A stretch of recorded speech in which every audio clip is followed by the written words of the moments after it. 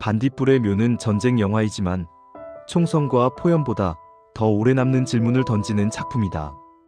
이 영화는 1988년 다카하타 이사오 감독이 만들었고 스튜디오 지브리가 제작했다. 같은 해에 개봉한 이웃집 토토로와 한 묶음으로 상영되었다는 사실은 이 작품의 정서를 더욱 선명하게 대비시킨다. 한쪽이 따뜻한 숲의 이야기라면 다른 한쪽은 불타는 도시의 기록이기 때문이다. 영화는 한 소년의 죽음으로 시작한다. 14살 세이타는 역 구석에서 쓸쓸히 숨을 거둔다. 그리고 이야기는 과거로 돌아간다. 1945년 여름, 일본 고베. 미군의 대규모 공습이 도시를 덮친다.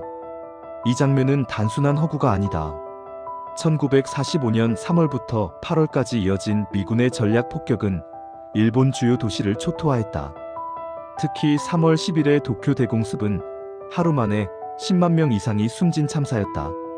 고베 역시 6월과 7월의 공습으로 도시 대부분이 불탔다. 영화 속 불길은 과장이 아니다. 실제 기록이 말해주는 현실이다. 세이타와 4살 여동생 세츠코는 공습 속에서 어머니를 잃는다. 아버지는 해군 장교로 전쟁에 나가 있다. 아이들은 친척집에 몸을 위탁한다. 처음에는 보호를 받는 듯 보이지만 식량이 부족해지자 분위기가 달라진다. 쌀과 고구마를 나눠 먹어야 하는 상황에서 두 아이는 짐이 된다. 전쟁은 사람의 본성을 시험한다. 그리고 때로는 가장 약한 이들을 먼저 밀어낸다. 이 장면은 일본 사회의 민간인 피해를 보여주지만 동시에 전쟁 체제의 모순을 드러낸다. 1945년 일본은 이미 폐색이 짙었다. 해상 봉쇄로 물자는 끊겼고 산업시설은 폭격으로 파괴되었다. 그러나 군부는 항복을 미루었다. 8월 6일과 9일 히로시마와 나가사키에 원자폭탄이 투하된 뒤에야 상황은 끝을 향해 기울었다. 8월 15일 히로히토 천황이 라디오 방송으로 항복을 선언한다. 세이타와 세츠코가 겪는 비극은 이 거대한 역사적 흐름 한가운데에 놓여있다. 아이들은 결국 친척 집을 떠난다. 세이타는 우리는 둘이서도 살 수 있다고 말한다. 폐허가 된 방공호에서 둘만의 생활을 시작한다. 여기서 영화는 전쟁 영화의 관습을 벗어난다. 적군의 얼굴도 전투 장면도 거의 나오지 않는다. 대신 배고픔, 더위, 질병이 반복된다. 쌀 한 줌, 사탕 한 통이 생존의 기준이 된다.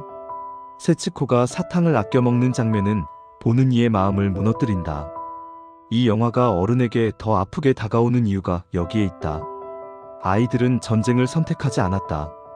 그러나 전쟁은 아이들을 선택했다. 국가의 결단과 군부의 오판이 가장 약한 존재에게 어떤 대가를 치르게 하는지 영화는 조용히 묻는다. 세이타는 자존심 때문에 친척에게 다시 돌아가지 않는다. 어른의 시선으로 보면 그 선택은 미숙하다. 그러나 14살 소년에게 그것은 마지막 자존심이었을지도 모른다. 전쟁 말기의 일본은 극심한 식량난에 시달렸다. 도시의 배급은 제대로 이루어지지 않았다. 농촌으로 피난을 가지 못한 도시의 아이들은 굶주림에 노출되었다. 세츠코가 영양실조로 점점 야위어가는 모습은 당시 기록과 크게 다르지 않다. 실제로 1945년 여름 많은 아이가 영양 부족과 질병으로 목숨을 잃었다. 영화는 그 통계를 한 소녀의 얼굴로 바꿔 보여준다. 세츠코는 점점 말수가 줄어든다. 환각 속에서 돌멩이를 사탕이라며 먹는다. 세이타는 은행에서 어머니의 예금을 찾지만 이미 늦었다. 세츠코는 세상을 떠난다. 세이타는 동생의 유골을 사탕통에 담는다. 영화는 감정을 강요하지 않는다. 울어야 한다고 말하지 않는다. 대신 반딧불을 보여준다. 밤하늘을 잠시 밝히다 사라지는 작은 빛. 그 빛은 아이들의 생을 닮았다. 이 작품은 일본의 피해를 그리지만 전쟁을 미화하지 않는다. 군국주의를 찬양하지도 않는다. 오히려 전쟁이 만든 폐허를 통해 국가가 개인을 어떻게 소모하는지 보여준다. 그래서 이 영화는 일본만의 이야기가 아니다. 전쟁을 겪은 모든 나라의 이야기다. 한국 전쟁을 겪은 한반도의 어른들에게도 낯설지 않다. 폭격과 피난, 가족의 이사는 국적을 가리지 않는다. 어른이 이 영화를 본다는 것은 단순히 눈물을 흘리는 일이 아니다. 우리는 세이타의 선택을 평가할 수 있다. 왜 더 버티지 않았는지, 왜 어른에게 도움을 구하지 않았는지 묻고 싶어진다. 그러나 동시에 우리는 알고 있다. 전쟁이 아니었다면 그런 선택 자체가 필요 없었을 것이라는 사실을 말이다. 무비는 화려한 액션도 통쾌한 승리도 없다.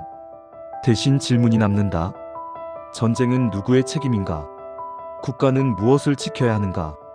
그리고 우리는 아이들을 지킬 준비가 되어 있는가? 이 영화는 끝난 뒤에도 오래 남는다. 어둠 속에서 반딧불처럼 잠깐 빛나고 사라지는 생을 기억하라고 말한다. 전쟁을 겪지 않은 세대에게는 경고로, 전쟁을 겪은 세대에게는 기억으로 다가온다. 영화를 소개한다는 것은 줄거리를 요약하는 일이 아니다. 질문을 함께 건네는 일이다. 이 작품은 묻는다. 국가의 명예와 아이의 생명 중 무엇이 더 중요한가? 어른이라면 이 질문을 피할 수 없다. 그리고 그 답을 각자의 삶에서 찾아야 한다. 글은 결국 사람을 향해야 합니다. 사람을 잊은 문장은 오래가지 못합니다. 이 영화가 오래 남는 이유도 결국 사람을 잊지 않았기 때문입니다.